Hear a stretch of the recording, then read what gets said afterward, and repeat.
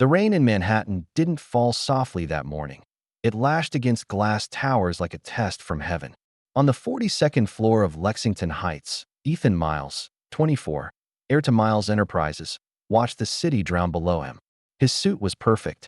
His heart, anything but. He'd grown up around boardrooms and private jets. But lately, none of it felt like his life. The numbers, the meetings, the fake smiles, it was all noise. Across the street, through the rain-slick window, he saw a small coffee cart on the corner. The barista inside, a young woman with auburn hair tied messily under a cap, was laughing with a drenched customer, offering a napkin instead of change. There was something real about her. Her name was Lena Carter, 22, working double shifts to help her mother pay rent in a small apartment in Queens.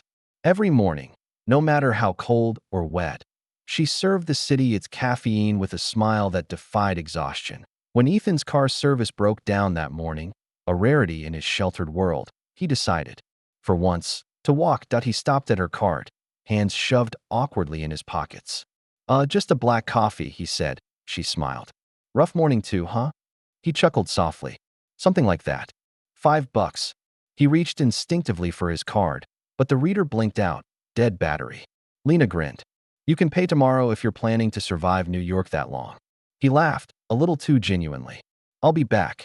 When he walked away, the coffee burned his hand, but the warmth wasn't from the cup. That evening, he mentioned the encounter to his father, Richard Miles, a towering figure of wealth and precision, CEO, billionaire, a man who'd built his empire from concrete and control. Richard didn't even look up from his tablet. "Son, you're supposed to be networking, not chatting up baristas. The Miles legacy isn't built on street coffee."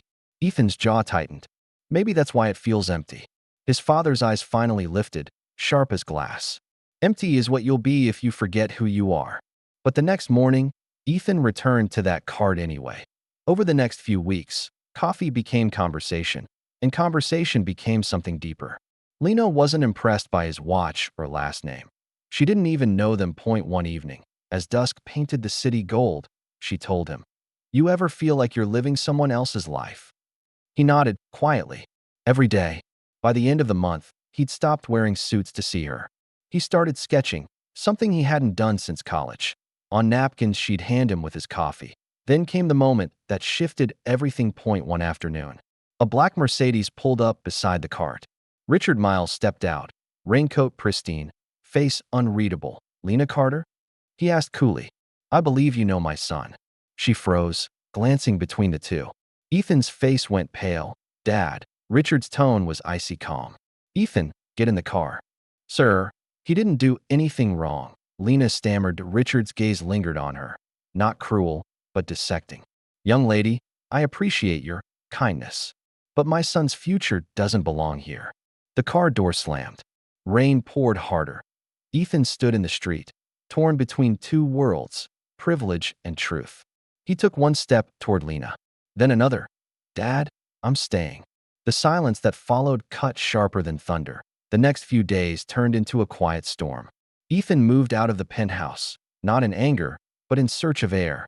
He rented a tiny apartment in Brooklyn, worked at a local art studio, and started saving for the first time in his life. He didn't tell Lena who he really was. She only knew him as Ethan Walker, an aspiring designer trying to make it in the city. They built something small but real, late-night pizza slices, Central Park walks, shared laughter over bills and dreams. But secrets have gravity. One morning, Lena showed him a flyer, Miles Enterprises art grant for emerging designers. Her eyes sparkled. "You should apply. You're incredible, Ethan." He froze. "That's not really my thing." "Come on. What's the worst that could happen?" The worst was already happening. He was lying to the one person who saw him for who he truly was. Meanwhile, back in the glass towers of Manhattan, Richard Miles wasn't done testing him. He'd ordered his assistant to keep tabs on Ethan. What he saw, his son cleaning brushes, eating from food trucks, sketching until dawn, was unrecognizable. Yet something in Richard shifted. He'd built everything from control. His son was rebuilding himself through choice. Weeks later, the Miles Enterprises annual gala glittered across the city, a cathedral of wealth. And in a twist of fate, Lena was hired to serve coffee at the event. catering part-time to make rent. She nearly dropped the tray when she saw Ethan in a tuxedo at the front table, standing beside Richard Miles. Her voice trembled. "Ethan, what is this?" The music faded around them. Cameras flashed. Eyes turned. Ethan stepped forward. "Lena, I never meant to lie. I just wanted to know what it felt like to be seen for me. Not the money, not the name." Her eyes glistened, betrayal cutting deeper than anger. "You could have trusted me." Richard intervened, calm but sharp. "You see now, Miss Carter, why worlds like ours don't mix." The words hung heavy. The room was silent. Lena turned away, setting the tray down slowly. "Maybe they don't mix because people like you keep them apart." She walked out. The door's echo was louder than the applause that followed. Ethan's chest tightened. The air felt suffocating that he left the gala too. Ignoring the murmurs, the judgment, the shame, rain met him again outside. He stood alone in it, tie loosened, city spinning. For the first time, he had nothing, and it felt honest. Days turned to weeks. Lena never answered his calls. Richard assumed the lesson was learned. But Ethan wasn't defeated. He was rebuilding that. He started an art initiative called Canvas Streets, giving free workshops to underprivileged kids. Funding it with his savings and small donations that he painted with them, taught them, listened, and one afternoon, as the kids drew city skylines on cardboard, a familiar voice whispered behind him, "You really did it, huh?" He turned. Lena stood there, older somehow, steadier. She'd seen an ad for the program online. That he smiled softly. "Guess I passed my own test." She folded her arms, half smiling. "You always had the answers." He looked at her, eyes tired but bright. "Not this time. I just learned where to look for them." They talked until the sun dipped low, laughter echoing between murals. But before anything could heal, another shadow loomed.